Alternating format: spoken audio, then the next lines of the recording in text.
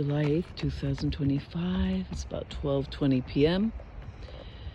And the big beautiful bill just passed, which is both beautiful and ugly. There are some good things about it. There are some bad things about it. One of the bad things about it is AI.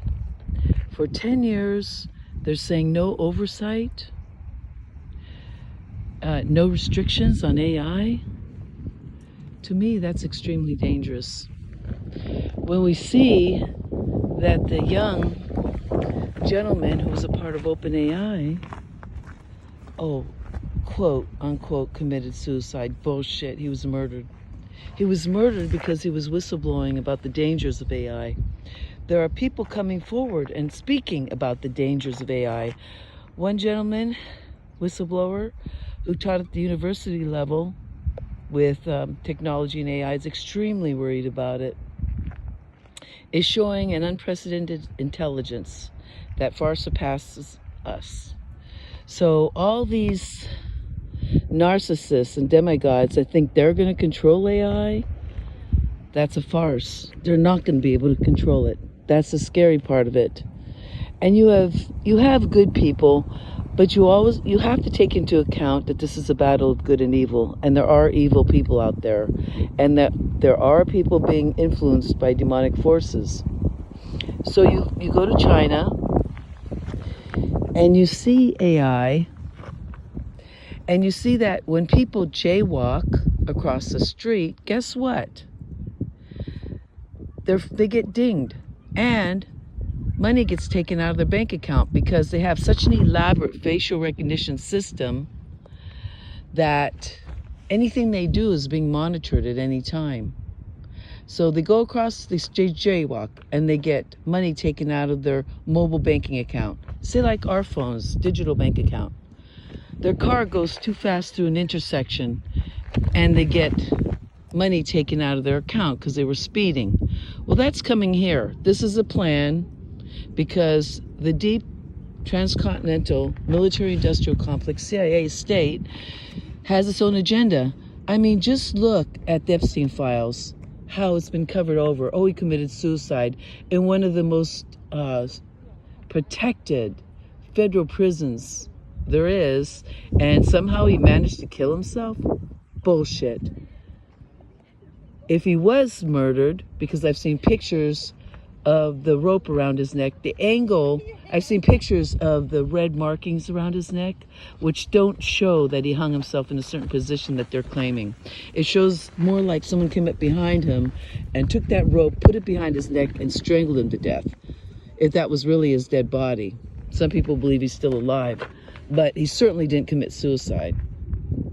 So what was he hiding? You know, there's too much going on out there, people. So now we're giving AI like carte blanche. Do whatever you want. No restrictions. So that means they're tracking and attacking innocent people in this country with neural weapons. But hey, there's no control over AI. There's no protection for we the people from AI and what they can do with it. So in China, when you see that they're monitoring people and taking money out of their account, what do you think is going to happen here when we go to a digital system, a completely digital bank system?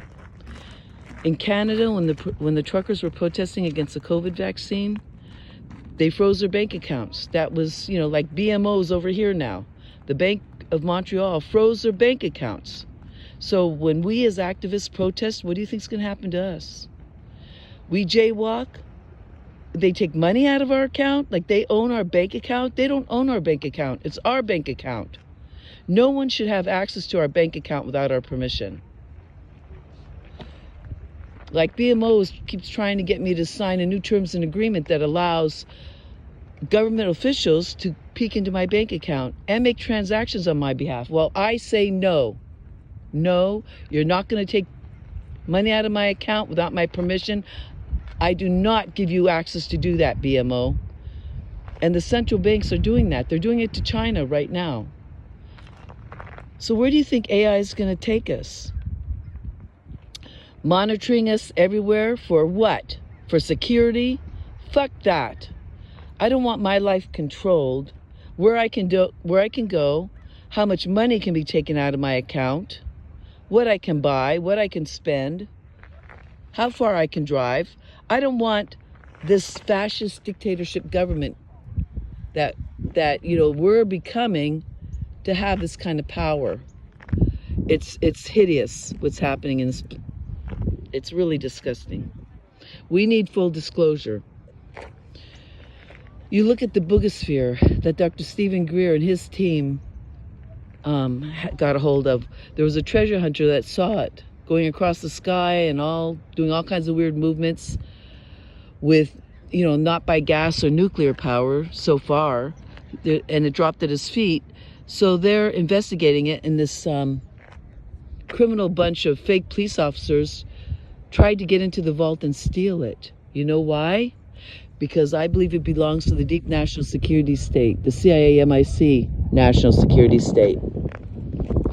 And imagine all these 10-kilogram boogospheres flying everywhere. You know how dangerous that is for our legal government not to know about it? Imagine that. All these orbs going all over in the sky, and we don't know what the hell they are.